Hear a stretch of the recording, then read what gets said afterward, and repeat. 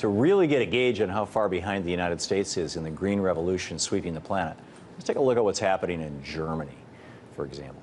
Right now, while we're still subsidizing big oil, Germany is cutting back on their solar subsidies. You say, wait a minute, they're cutting back? Why would they be cutting back? Bloomberg reported, Germany, the world's biggest market for solar power, plans record reductions in subsidies for the industry as part of a program to rein in a boom in installations. Here's what happened.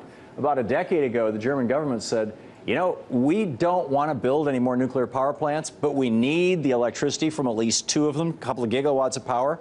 So let's give people an incentive to put solar panels on the roof and the banks an incentive to fund it. And the way it worked, it actually ended up not costing the government anything, but it was a really good subsidy. It worked quite well. And they were trying to get 2 gigawatts of power, maybe 3.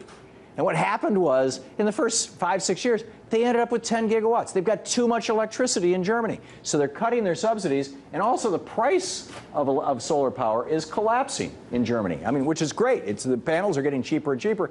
They don't need to subsidize them.